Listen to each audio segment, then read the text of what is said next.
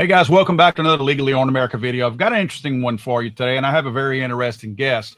The topic is going to be one that we've heard about a lot, and you're probably going to see some things in here that you recognize, and you might be wrong in some of the assumptions that you make along the way. In fact, I think quite possibly the authorities might been, had it not been for some video that I'm going to show you, the authorities might also have been completely fooled and not understanding of what took place here, and maybe made the wrong decision regarding courts. In fact, I still think they made one small wrong decision, not small, but one of the decisions was definitely incorrect.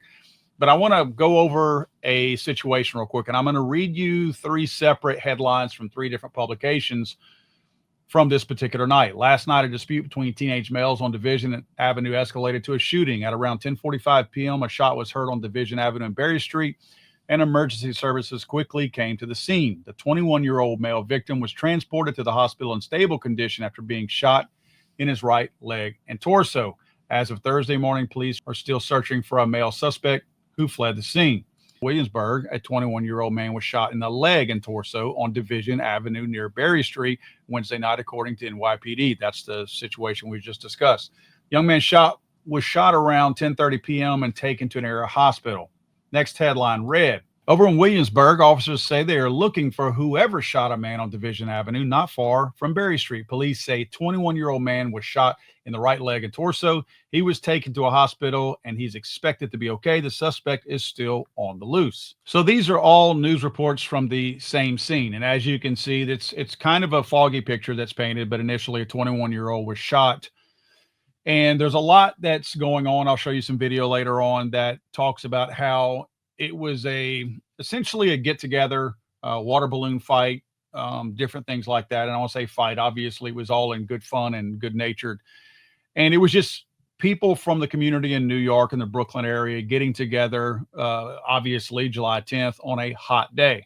So this was a situation that started out very, very positive. Well, as the day went on, darkness set in, some things started happening, and I think alcohol was certainly involved, and things went a little sideways between some of the people that were there. At some point, a fight broke out, and then the shooting took place, and the young man who shot the 21-year-old left the scene.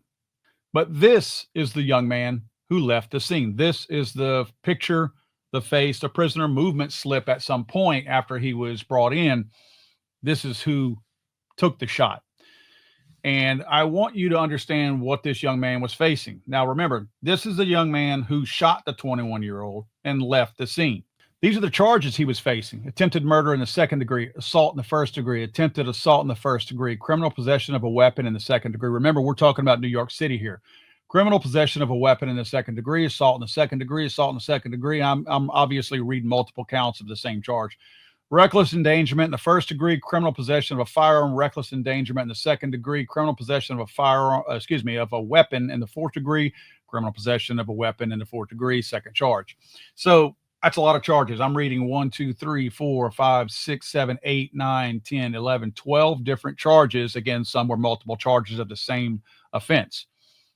That's a lot of stuff. And when you see something like that, you have to assume at some point that law enforcement, prosecution have pretty much and darn near made up their mind. This dude's not going to see the light of day if we get him, because remember, they don't have him at this point. This guy is still on the loose, if you want to call it that. This guy has not been captured. He did not surrender himself. He was not captured at the scene. There's a lot of question marks. And when you look at this sheet right here of these charges, you think this guy's going away forever. Well, guess what? You'd be wrong about that. And I would have been too had I read this. I actually have the young man with me right now. Joseph M. is going to join us. Hey, Joseph, I got Joseph M. here with me. Joseph, you're the guy who got away. You're the one who we didn't know where he was. Welcome to the show. How's it going, sir? Good, man. Good. So first of all, good to have you here. And I appreciate you taking your time out to talk to me. We have a lot of things in common, and just, full disclosure, I did speak to Joseph a few days ago and got to know him, and, wanted to know a little bit more about this story. This is an interesting story. As you saw the rap sheet here, or at least the charges against you, that's a pretty sizable thing. That's not That's not like crossing the street, on a green light and spitting on the sidewalk. It's you got some serious charges there. And again, a lot of our viewers, we do have some in New York City, but a lot of them probably can't even relate to the area you were in because none of us have as draconian laws as New York City in our specific areas. So it's really hard for me personally in South Louisiana to relate to what the laws were that you were under the guidance of over there in New York City, more specifically that Brooklyn area. So Mhm. clearly, I'm going to ask you to explain some things in a little bit more detail. Let's Yeah. do this first. I want to lay out what happened. So we're going to show some video in a second of the actual scene because the video is so important that I don't want to jump the shark and show it now. I want people. I'm sure they're already figuring in their minds what they think happened.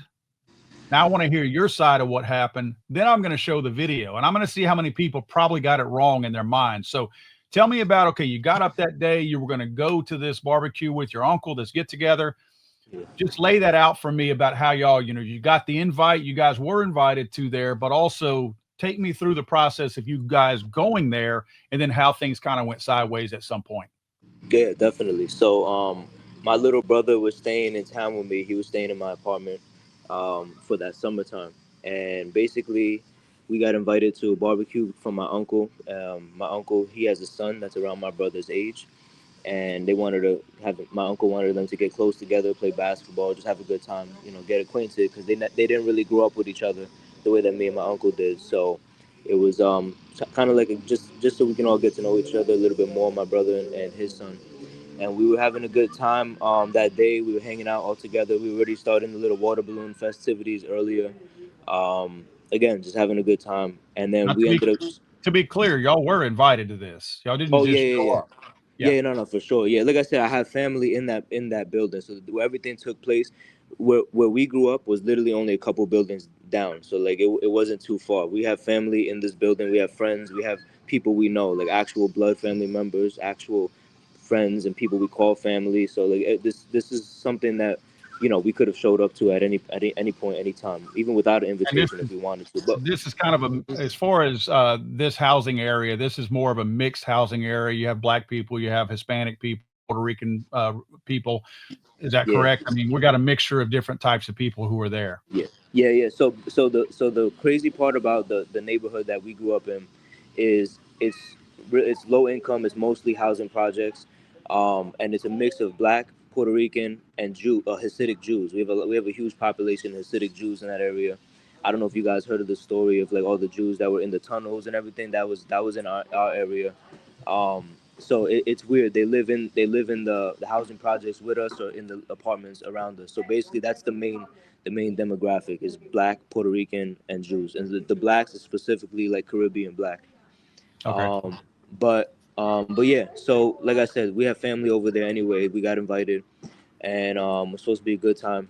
Me and my uncle ended up dropping my his son and my brother off first to the function, while we were still getting more water balloons from our apartment, and we were getting some more water balloons and things, and then we get to our apartment. While I arrive in my car, as soon as we get there, we're saying hi to everybody, all the people we know. I already immediately start playing with my little brother and my cousin. We start playing like hot potato with the water balloon, and we're just having a good time. I mean, it really was a good day up until that point. So then my uncle, he leaves to go say hi to somebody. As he's saying hi to somebody, I just he's out of my sight. He's a grown man. I'm just gonna do my thing. So I'm still playing with my little cousin and my brother. Um, and as we're playing, my uncle randomly goes up to me and he gives me his pack of cigarettes. He goes, "Hold this," and he like walks away really fast. And I'm like, "What's going on?" And And that's then never a good sign, is it? no, no, no. And like I said, he was in a good mood. Like we were all in a good mood. We were just so I was so confused as to what was going on. And then I'm like looking, and then I see somebody screaming at him. Long story short, is they get into a big fight. The aggressor, um, I'm not gonna say his name, but the aggressor came and tried to attack my uncle. Long story short, they ended up getting into a little scuffle. My uncle, when they got into a scuffle, they ended up on the floor at a point, and my uncle was like, "All right, we done? Are we gonna finish? Like, I'm done. Let's just call it what it is. It's done, squashed." So my uncle gets up. The other guy gets up. The other guy walks away. My uncle walks away, goes to smoke a cigarette. The other guy's like, "All right, I'm." He's like, "I'm gonna kill you." Like he's like, "I'm gonna kill you." And I think it was mostly out of embarrassment. We didn't believe him. We thought he was just kind of just saying anything, because again, it was like a it was an even fight. My uncle didn't continue to hurt him once he got him like pinned down to the ground. He said, "All right, we're done." So like, we thought it was like friendly. It was over. And again, this fight happened, I believe, over water balloons. That's what I found out later on. I knew nothing about what was going on since I was playing with my little brother. But yeah, so basically, the kid walks away. My uncle goes to smoke a cigarette, and as he's smoking a cigarette, I said, "Are you good? Is everything okay?" He was like, "Yeah, I'm good." He goes, "I don't know what happened." So we're just talking. I'm like, "You want to head out now?" And he's like, "Yeah, we'll head out. So let me just finish the cigarette." Right before he finishes the cigarette, the kid comes back down screaming, and he goes, "Come to the back right now." He wants to reignite things. Long story short, and then yeah, so basically he ends up at that moment he stabs my uncle. He runs up to my uncle, stabs him, and a bunch of people get in the way in the middle of it, and then it's just a lot of back and forth. My uncle at this point didn't even know he got stabbed. His adrenaline was so high, and then yeah, so we're just standing there, and I'm like, all right, what do we do? What's the smartest thing to do? My little Now, brother's right here. where were you in proximity to him being stabbed at that moment? Yeah, I was like 10 feet away, so I was not too far away, but I was at a distance enough because I was with my little brother still. Like literally, you'll see in the video, I was like only 2 feet away from my brother, and my little cousin was in the area too. It was like a little walkway. So yeah, he got stabbed, and I saw it, and I didn't want to say anything to my uncle because I didn't know how bad the stabbing was. I just saw him bleeding through his love handles, like where his love handles is at, and I didn't want to say anything. And then once that shock kicks in, I didn't want him to bleed out or anything. So I just stood quiet for a second. I'm trying to analyze the situation, see what's going on, and I'm looking at my brother. I'm like, all right, we're gonna have to leave soon. Long story short, that guy, the aggressor, he calls his friends over. Once he calls his friends over, they come in a group, um, and then out of nowhere, like I don't remember exactly what happened. Out of nowhere, they just start jumping my uncle. They It was like I think maybe 6 or 7 of them, maybe even more. I can't tell you the exact number, but uh, now at this point, I'm shuffling away. I'm trying to get to a better position. One thing you learn growing up in neighborhoods like that is you never turn your back. If you turn your back, that's how you die. So I was trying to move away in a shuffling position so I can keep facing towards them so I could see what the threat is. But I was in a bladed position so I could see if there's any threats behind me too. So I wasn't just walking backwards. I was kind of staying sideways so I could make sure that everything is good. And again, I'm keeping one eye on my brother and then one eye on the situation. So it was kind of difficult. It put me in a bad spot. Long story short is we get outside of that little walkway, and after we get out that walkway, um, they a group of them come up to me, and one of the guys goes, "You got a problem?" And I was like, "Nah, I don't know you." And then I just kept walking towards my brother. So then I jogged towards my brother, and you're gonna see in the video, my brother's on the sidewalk and I was on the street. So you see, I'm gonna start jogging towards my brother from the street side. And as I'm doing that, the kid that said that to me, he like rushed me. I didn't even notice him. It kind of caught me off guard, because at this point I thought that the problem was over. After I said there's no problem, I'm thinking there's no problem. So so yeah, basically I go to my little brother, and as I'm going to my little brother, this guy just rushes me, and he has his hands in the back of his pants, like reaching for something, and he says something to me, and then he went to reach the back of his pants, and I immediately what I did was I did kind of like a spin move so he doesn't see, because I had my firearm in my fanny pack, and I did like a spin move so he doesn't see me draw it. So so I turned around and then I engaged. I engaged twice, and then once I saw him on the floor and he wasn't a threat anymore, that's when I waited a little bit to make sure he's not going to get up and start shooting me, because again I'm assuming 1,000% that he had a gun on him. So I waited for him to go down, and after he went down, that's when I ran away with my brother to make sure that no one started shooting back at me, or my brother. So that was the main thing. So that's the only reason why we fled, was because, you read the articles, the area is, you've heard the stories. New York is a lot of shootings for an anti-gun state. So we just wanted to make sure that we got out of there safely, and immediately um, we called AOR, and then that's kind of what happened. Okay. So, and we're going to talk more about AOR's involvement here in a second. So, you guys left there, obviously, for obvious reasons. I think anybody would have left. How long until you called AOR? We're talking about attorneys on retainer when Oh, we say, I'm as soon as we got inside. So like I said, my neighborhood where I grew up in is literally a few blocks away. So we sprinted from that area to one of the buildings that I grew up in, and we went. So as soon as we got inside and safe from, like I said, our main concern was just not getting shot. So we were just ducking, running. I'm running at this point with my hand over my brother's head so that we can make sure we're not getting shot. And we get into a building that we grew up in. Once we get inside the building, we safe, and I don't have to worry about looking over my shoulder every 2 seconds. It's immediately called AOR. So I'm talking about within 5 minutes. Within 5 minutes, and I explained to them the situation in full because um, they everything that I told them on the phone is exactly what transpired, and I know they had confidence because when they saw the video, they were like, "Wow, this he actually explained it exactly the same way as what actually happened on the video." So I remembered everything to me perfectly. I explained to them on the phone, and they did their thing immediately. And then that's when I was communicating with them, and they told me what the plan was moving forward. so obviously, attorneys on retainer is out in Arizona. So, they Yeah, needed to get a practicing attorney in New York. How yeah. quickly did that take place? How quickly did they have somebody that was reaching out to you that was from the local area? So when I called them, it was maybe close to 11 p.m. or something like that. They had somebody the next morning, if not even earlier. It was 5 6 hours tops later. They did their thing immediately. And again, this was overnight too. So the fact that they even got a hold of somebody overnight was very very impressive, and it made me feel a lot more comfortable that they were on it really fast, communicating with me immediately.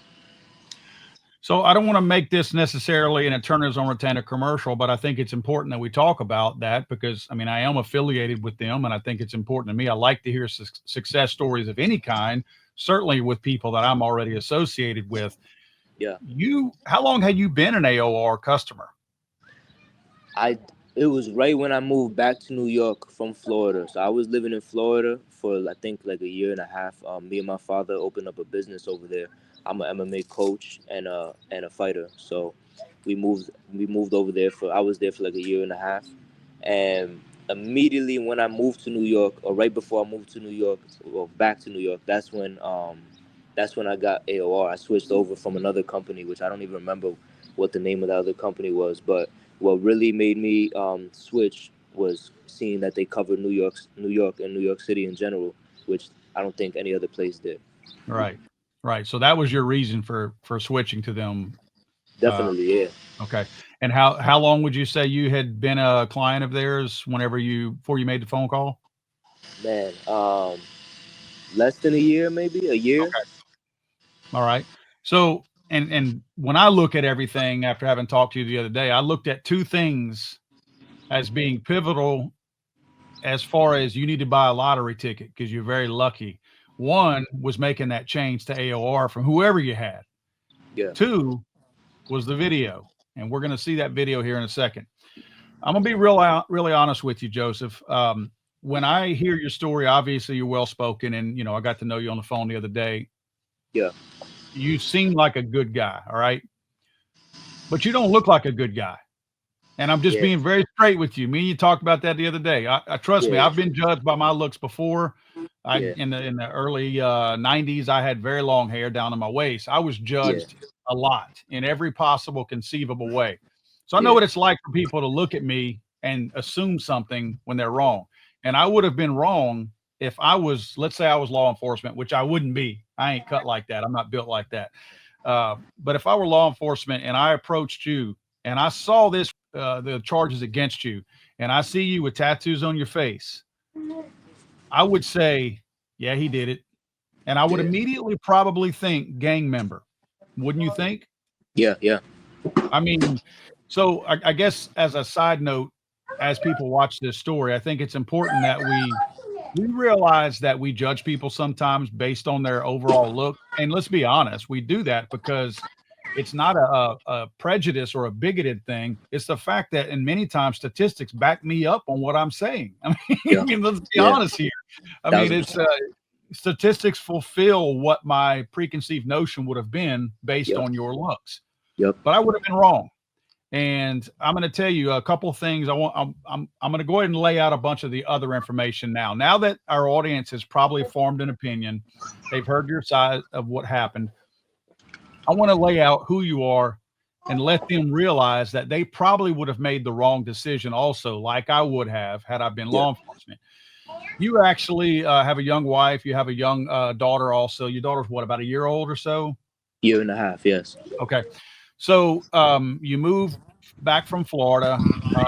I will say this as a cloud that's going to sit out there, and we're going to have to address it at some point in this video is, did you know the laws in New York pertaining to guns? No, not at all. I actually, so again, my ignorance is what, is I guess, now my learning lesson. But basically, because I had a CCW in Florida, I thought it'd be recognized in New York City without, again, without doing research on it, and I thought I was good, because of my CCW in Florida. So, So, that's all. and that's obviously, I'm sure you were hit with the same old line, ignorance is not an excuse or something like that. I'm Yeah, sure yeah, somebody exactly. That's why I don't popped use you. that as an excuse. Yeah, yeah, Right, right. yeah, So that's from a reciprocity standpoint, most of us, yeah, who are really, really involved in the Second Amendment community, we know that New York, there's places none of us are going. I mean, none of us are going. yeah, I actually had a friend that was flying into a shooting competition in the state of New York. yeah, That's his job. Like, he shoots yeah, for a living. He shoots for one yeah, of the major manufacturing companies, and he almost got put in jail from the airport in New York because the right paperwork wasn't filed with his professional guns that he had. That'd be like, I don't know, Tom Brady having his cleats are illegal in a particular state. That's the tools he yeah, uses to do his job. yeah, yeah, And this dude is a well-known. He's literally a world champion, and he yeah, almost got thrown in jail. So trust me, most of us in the gun community know we're steering clear of New York. We want yeah, nothing to do with it. yeah, I don't expect you to have known that, but obviously you know it now. But yeah, I think that's something that we need to make sure that our audience understands, is that you didn't realize at the time, you were thinking that you're good because you got a concealed carry in Florida, yeah, so that's going to carry over to Florida. In fact, it does not. yeah. Yeah, no, Okay. definitely, and again, that's not an excuse for everything that No, but happened, I but I think I think the whole story behind why you had a gun with you is really yeah, important, because yeah, you had it because you thought you could, first of all, but yeah, also you knew the neighborhood that you were in. You grew up in it. You knew it wasn't the greatest neighborhood. You knew things could go south. You weren't carrying yeah, it to show it off, because up to that point nobody knew you had a gun. yep, yep, So thousand okay, percent. and you had it in a fanny pack, right? That's how you were carrying it. Is that correct? Yes, sir. So there's no way anybody would have known you had a firearm on you. Not at all. I didn't even mention it at all to no one. So Gotcha. Okay, and your background is you fight MMA. You also coach and teach MMA also, yes, sir. which we'll show video also of that, of your training and whatnot. So when you finally got in touch with AOR, the guys at AOR, Yeah. and they put a local attorney on your situation, your case, Mhm. you still spent time once you voluntarily turned yourself in, because you did. You turned yourself in, right? Yeah. And Hmm. that was at the guidance of your new counsel with AOR? Yeah. So the New York council that we had, and AOR, they both made a decision together for me to turn myself in and surrender myself, on a certain date, and I did exactly that. I showed up 40 minutes early. I was ready to do what I had to do. Um, like I said, I'm Now, innocent. So give me an idea on the time frame here from July 10th, when this took place, the shooting took place. How long until somebody contacted the local authorities to say this is your guy? it was about a week, because at that point the police were still doing the investigation, so they didn't really know exactly what was going on, at that moment right after everything happened. So as they were still building their investigation, my lawyers advised me to, just stay low, just be safe, don't go back to that area, the typical advice, and just wait for us to let you know what to do. And instead of them having what we call in New York. It's called blitzing the crib, which is basically when the police break down your door and they guns drawn, they start pointing guns at everybody. Instead of that happening, they once they found out that once the police investigated and they realized that it was me, um, or they had an idea that it was me, my lawyers were like, "You're innocent. We should just surrender you before they um, break down your door and have guns." And again, I have a wife and a daughter and a dog, and that's the last thing we needed. So I surrendered myself immediately once they told me to. We sent, which is about a week later, and then yeah, and then from there, that's how everything happened. I got processed, went through the whole. I'm in the precinct, which is like the I don't in other states you guys would call it like a holding cell. So we in the precinct. From the precinct, I got processed into central bookings, which is So, uh hold up one second. Let me cut you yeah off real quick. First of all, yeah your yeah. dog would have been fine unless they would have brought the ATF with them. But whenever they were looking for you during that week that you were off, or you were hiding, did they have an idea it was you? Like, were they getting close? Were they at some point were narrowing it down to it could have been you? I honestly have no idea. Like I said, I was communicating with only my lawyers. I had no I got you. contact with the outside world. So everything that they were telling me was Bible. That's literally what I Yeah. took as what they say is what it is. And from No, what I they hear were you. telling me, what they were telling me was they didn't that they were still investigating. The police were still doing the investigation. So during that little week ish, um, apparently they still didn't know exactly what was going on. They didn't have a strong enough case to say that it was me. So we were just gonna, just see what happens. But once they felt like they did have a strong enough case that it was me, that's when they're like, all right, let's schedule surrender so that they don't have to come break in my apartment. Okay. So take me to that day whenever you surrendered.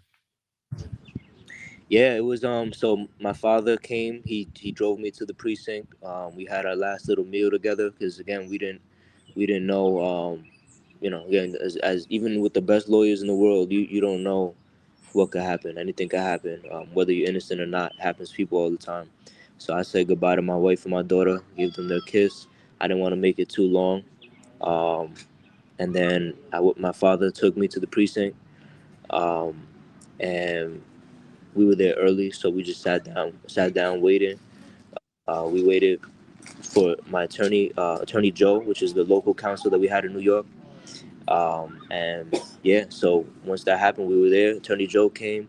They booked me in, did my fingerprints, did my precinct mugshots, stood in the little holding cell all day long. Then after that, they transferred me to central bookings, which is it's in it's like a dirty dungeon underneath the court. It's in the main court in Brooklyn. Uh, so from there, I slept over there for a night, and then from after that, went on the Rikers Island bus, the jail bus, and they took us to Rikers Island. Got processed there, and yeah, it was a hellhole. Just like anyone's heard the stories. It's Rikers Island. It was 5 different boroughs, overcrowded, not staffed properly, people getting hurt. It's everything that you've heard of on the news. I don't really have to say much about it. Right, right. And I will say this as another video that you've done with Andy and Mark over at Attorneys on Retainer. If anybody wants to go look at it, it's goes into more detail about Rikers Island. And like you said, it's everything you've heard, and probably worse than what you probably have heard. Let's do this now. I want to go look at the video. And what I want you to do is just, you've seen the video a gazillion times. I want you to walk me through what's happening in the video and, Yeah, I want you to tell me, and I've actually done a lot of looking at your video. One thing I did notice is I noticed from the moment you stepped into the street off the sidewalk, you took about 24 steps retreating before you actually shot the guy. So I think it's very clear you were doing everything you could to de-escalate in your own way. And I want people to pay attention to that. That's probably the biggest takeaway that I want people to look at when they watch this video is that you were doing everything you could to not draw your firearm and to not have to shoot anybody. And it was definitely a moment of last resort whenever you did it. So if we could, let's take a look at your video now. yeah. So right here is when at this moment, after my uncle already at this point got stabbed the first time, and now he's getting jumped by multiple people. And then now it's getting a little bit crazy because now it's a lot more people. And then so now we're moving back, we're retreating. So I'm walking back. And again, I say this a million times. I said it in my podcast with AOR. I'm gonna say it again. My little brother's safety is of utmost importance. He's like my son. He's like I treat him more than just a brother. He's my best friend. I take care of him. He's my everything. So basically, all I'm thinking at this point is how am I going to get my brother out of here safely? Because right now, as you see in the video, is multiple people. I don't know how many more are going to come. So there's a million things going on in my mind. Anything could happen. So now we walking back, retreating. Again, I'm trying to shuffle out of there so that I don't turn my back to anyone. And at this moment, once we get out of the little walkway, um, I'm my brother and I kind of split up. My brother walks down the sidewalk, and I'm separated from him. And now there's a crowd of people surrounding me. They all look like they wanted to try to do something to me. But when one of the guys went up to me and he said, "You got a problem?" and I said, "No, I don't know you." I just walked away. So I jogged away, thinking, okay, it's done, it's over with. Well, at least on my end, it's over with. So they don't. I already shut it down. I shut down all the whole anger just by being peaceful and just walking away. So I walked away, and I'm trying to go to my little brother now. So now I'm coming from down the street, and my brother is on the sidewalk. And as I'm trying to cut through one of the cars so I can get to my little brother, and we was gonna try to leave. The guy that asked me if he had a problem, he just runs at me. And you could also see in the video too that there's somebody there that tried stopping him from running at me. Um, like you could tell that guy was a little bit more aggressive. Again, I believe he was intoxicated, so even his own friends were trying to stop him. So as he runs towards me, I'm still running away, trying to get to my brother, and then he goes up to me really close, reaching at the back of his pants. He says something to me. At that moment, it was kind of blurry. I kind of remember what he said, but I can't confirm exactly if that's what he said. But he was reaching in the back of his pants. I turned around, did like a little spin move so he doesn't see me draw my firearm. And as I draw my firearm, I engaged at him. Um, Once I seen that he was down and the target was on the floor and not a threat anymore, that's when I waited there for a second to make sure he doesn't get up and start shooting. Then that's when I go run down the street, find my little brother, tell him let's go, let's get out of here. And at that point, we head out, and we go leave the street and go to our the building I grew up in. Now, when you after you'd already engaged the guy and you were looking for your brother, is that the point where you reholster at that point? Yeah, yeah. So at that moment, as soon as I engaged him and I saw that he was down, I still believe I had my firearm out, just to make sure no one else started shooting back at me. So that was my biggest concern at the moment. So as soon as we left that street and turned the corner, that's when I reholstered and I made sure, okay, now we're out of harm's way. I'm a reholster, and then let me run with my brother now. Now it's just let's get out of there, get to a safe spot, call my lawyers. That's immediately what we did. And then I think also my brother called the police too to try to get some ambulance over to help the kid that was shot. Because again, we have no animosity towards him. To this day, I wish him the best. I mean, I wish this never happened. Yeah. Okay. So, and that's the point you went into your place and made the phone call and you got AR on the phone. Okay.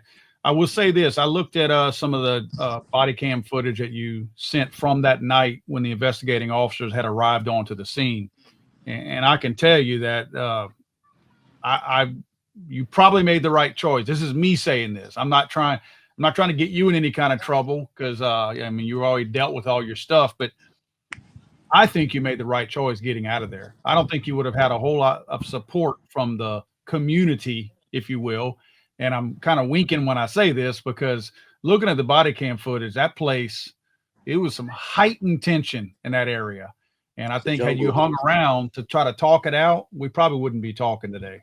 It's a jungle, man. It's inner city New York. I mean, it's a jungle. You can't expect much out of the people there. It's sad. It's a generational curses of people that just do dumb shit, and that's, you know, Right. as you see from the body cam footage, this is who the people are, and worse. So Right.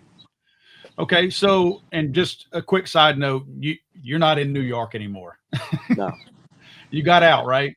yes sir, And you got out because you got off to a certain degree. In other words, the majority of these charges, AOR was successful at using Joe, the local counsel, to actually look at this video. And I still say the two biggest things I got to take away from this is you changing to AOR and you having access to this video, because the video tells the story. And luckily, it completely lines up with everything you already said. You had already made these statements when the video was finally discovered.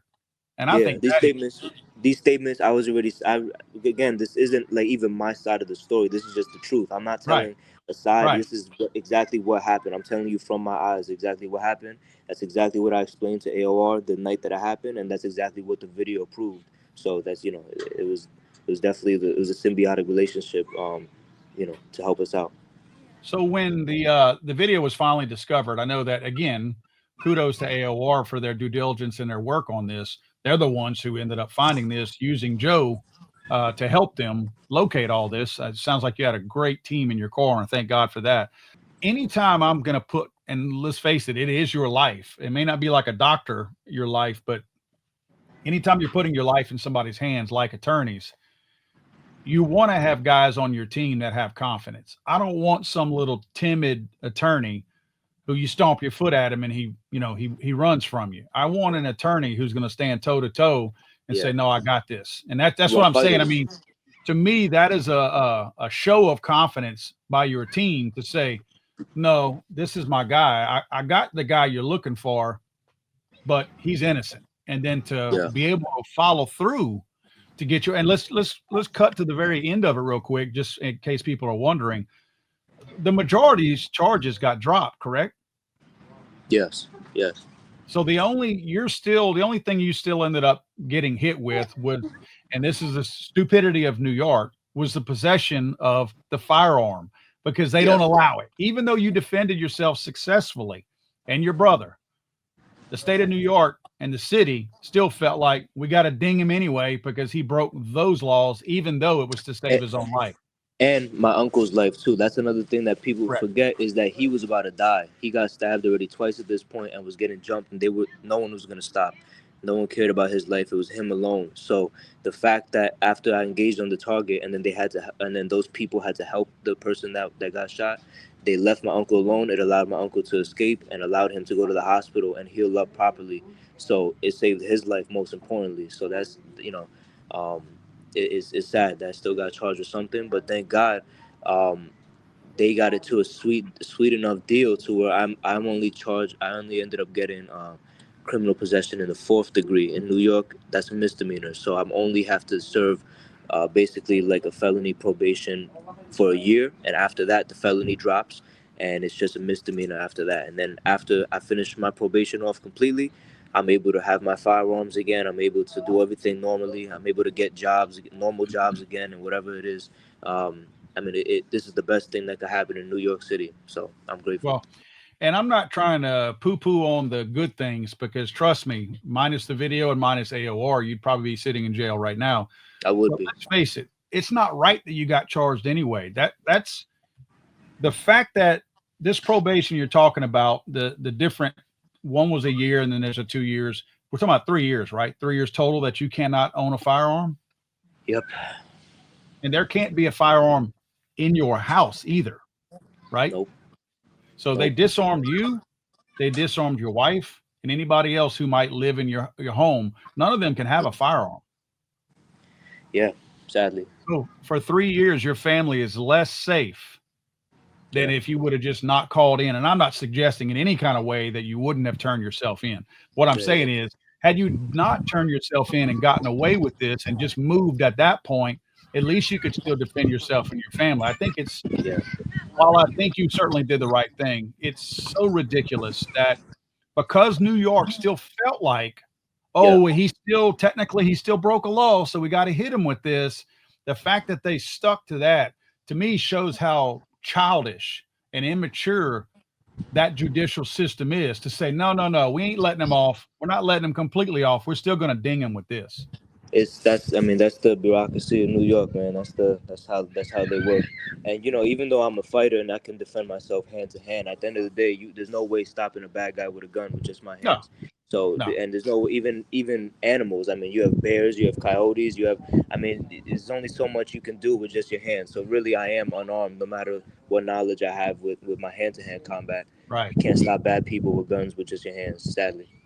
And we certainly won't disclose where you are, but you moved to a safer location. Just knowing that the safety of your family is so important to you.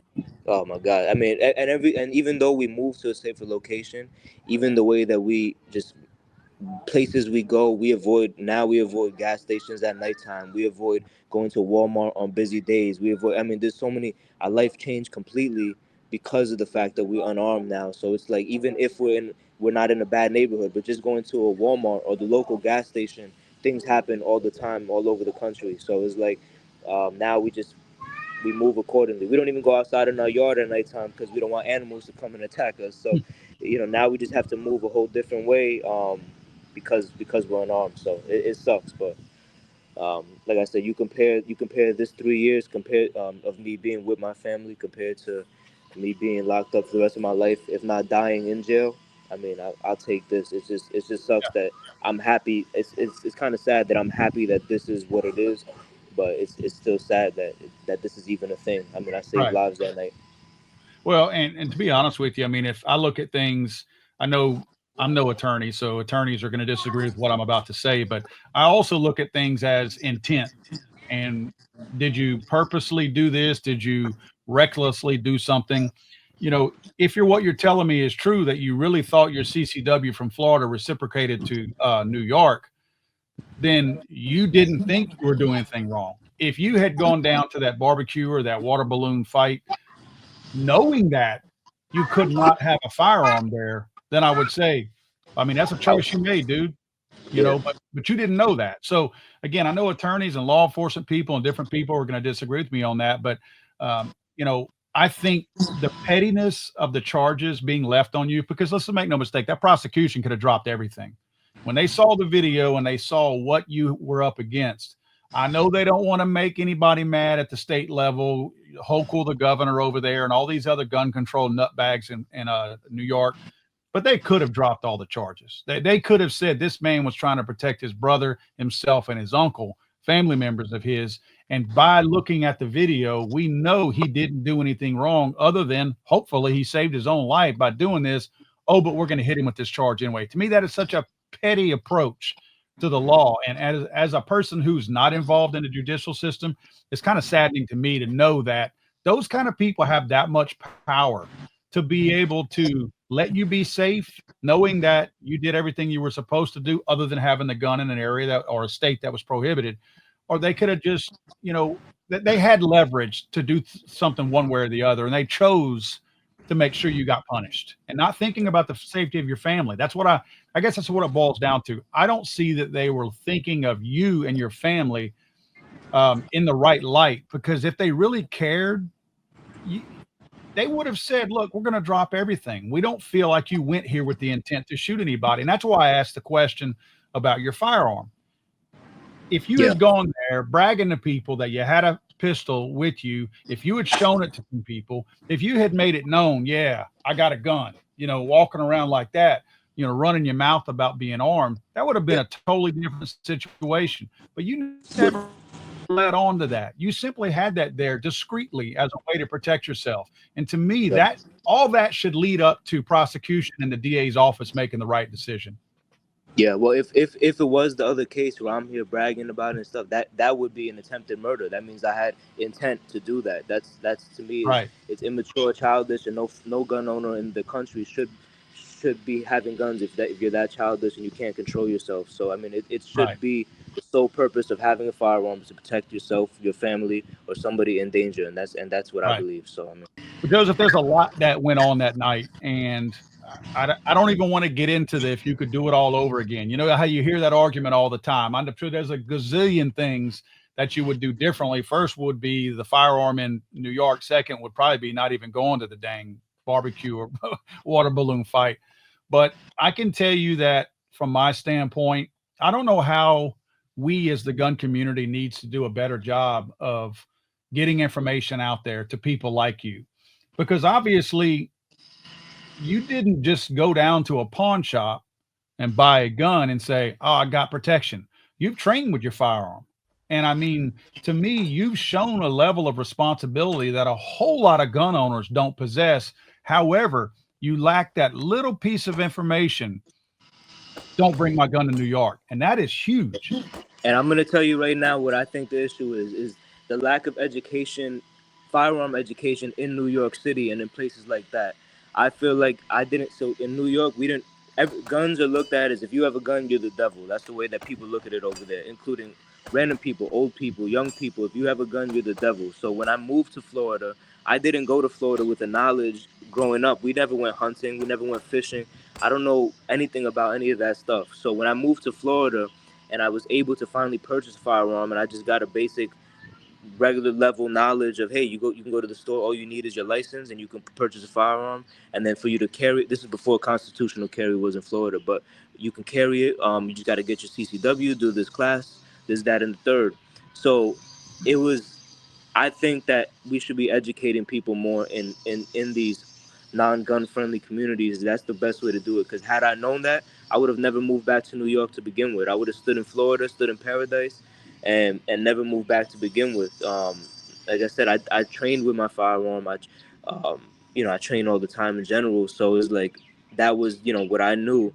But the rules and the laws and this that and the third, um, regarding New York City is just it was foreign to me. And I feel like, as I think what we could do to help people in my situation is to just educate people in New York or places like that are anti-gun about the laws, so that we have a knowledge of it going into moving into other states and so on and so forth. That I think is the biggest problem for me. Was I was foreign to firearms until I moved to Florida, which is I moved to Florida when I was 22 years old already. So I was a grown man already. I already had a whole life with a whole different knowledge of things. And so, you know, I think that's the problem, is that it's almost like a whole different world. Firearms, where I live at now currently, is looked at as you're a hero. If you carry a gun on you, you're a hero. You're somebody that's going to protect the community.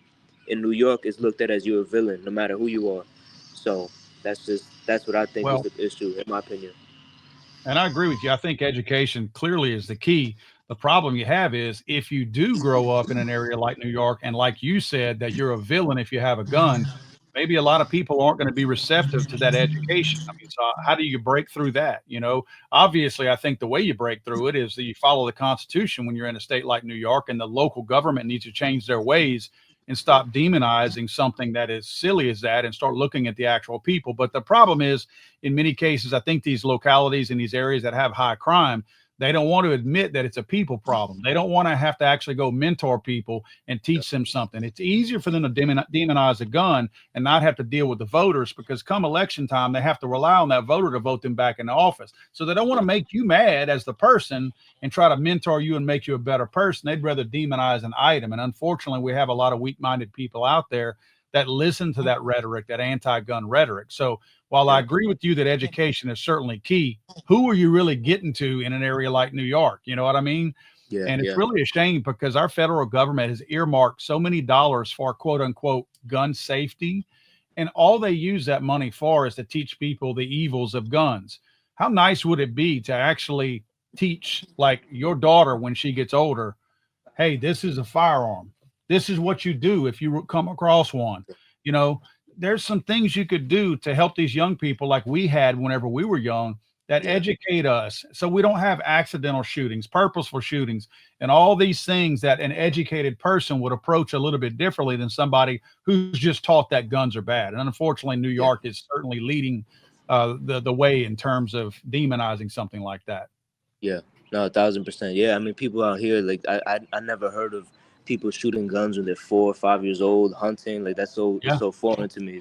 But it's cool though. It's like you could see that these are the people that are gonna grow up using it safely, and not having any NDs, negligent discharges, and not doing stupid things. I really, education is important, man. But like you said, it is a people problem.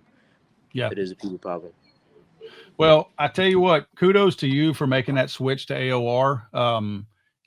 It's funny because had you not been moving back to New York, you probably wouldn't have made that change, right? I mean, that was what made you change to AOR, correct? Pretty much, yeah, pretty So, much. I mean, in retrospect, I guess you take one good and one bad thing that happened to you, but certainly moving to New York, if you were going to go back anyway to take care of your family there, thank God you at least heard about them, and thank God you listened that they actually provided coverage in New York because, man, the video and AOR is what kept you, in my opinion, a non-attorney here. In my opinion, Yeah, that's why you're sitting where you are right now and not in a prison cell somewhere. yeah. No, I agree for sure.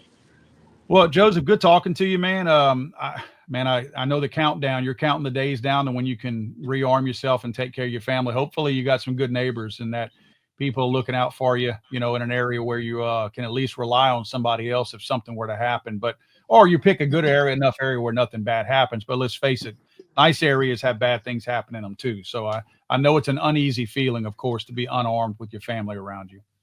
Yeah, definitely, definitely. I appreciate your time, man. I appreciate you having me on the podcast.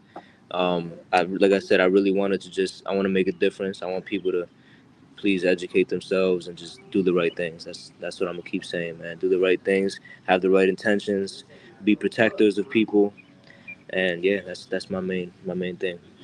Well, it's a pleasure talking to you and looking forward to maybe sharing some range time with you whenever you're able to reacquire firearms in your case. Definitely, definitely appreciate it, man. Thank you, Joseph. What a good young man. I really enjoyed my conversation with Joseph during that interview. And again, a few days later, he and I spent a good little bit of time on the phone. Just a good guy. A ton of lessons taken from this. Obviously, first of all, is, when you take on that responsibility of being a gun owner, you got to learn the laws. I mean, nobody's going to look the other way and go, yeah, okay, you didn't know, sorry. I get that. I still am a little bit upset about the pettiness of New York, realizing that through the work of attorneys on retainer and with the video being shown, that clearly Joseph was not the aggressor here. But they still had to be petty MFers and hit him with something because he still broke our gun law. I know most other states and a lot of other places, prosecutors, DAs would have probably dropped those charges completely and said, this time we're going to let you go, but don't do that again. Not New York, of course. I do have a little bit of a surprise for you because Andy, who was one of the lead attorneys on this from Attorneys on Retainer, is going to join me probably next week or the week after. And we're going to discuss some of the details of this case, more of the legal side of it, which I think is going to be fascinating and very interesting. Andy worked very close with Joseph and, of course, Joe, the local attorney there in New York. And, he has a lot of internal knowledge, Andy does, of this particular case. And I'm excited to have him on the show so he can talk a little bit more about some of the nuances of this case and just things to look out for. I mean, ultimately, let's face it, number one priority is going to be we need to protect our families and ourselves, right? But we also need to do that within the confines of the law, unfortunately, because in some cases, some of you live in areas that are not gun friendly. And I think that this was a good case, in my opinion, to show that even when you're 100% right, you're not necessarily going to get off 100%. So I think that what we have to do is be smart about what we're doing and how we do it and realize where we are. If you have the ability, like in this case, Joseph eventually did, get out. Get out. I know not everybody can. I mean, we talk about that all the time. It's easy to say, get out of California, get out of Washington State, get out of D.C., get out of New York. Not everybody has the ability to do it like Joseph could. We can't always just uproot our family, our business, where we work, and things like that. So if you can, do what Joseph did. Get out. Again, looking forward to Attorneys on Retainer being on the show next week or the week after, talking a little bit more about this case. I think this case is fascinating. So many different aspects of it. And again, boy, if you can get your hands on the video. And I will say this, quick little side note before I wrap it up here. The reason why they got that video was because of Attorneys on Retainer. Prosecution wasn't looking for the video. They weren't going out to try to find a way to get Joseph off. They were sitting back, happy with what they had. When Joseph made that call to AOR contacted Joe, who was a local attorney in New York. Joe went to work with the guidance of AOR. They found that video at a local business, and then they introduced that to the prosecution. Remember, the prosecution, they're not looking to get you off. They're looking to put you in.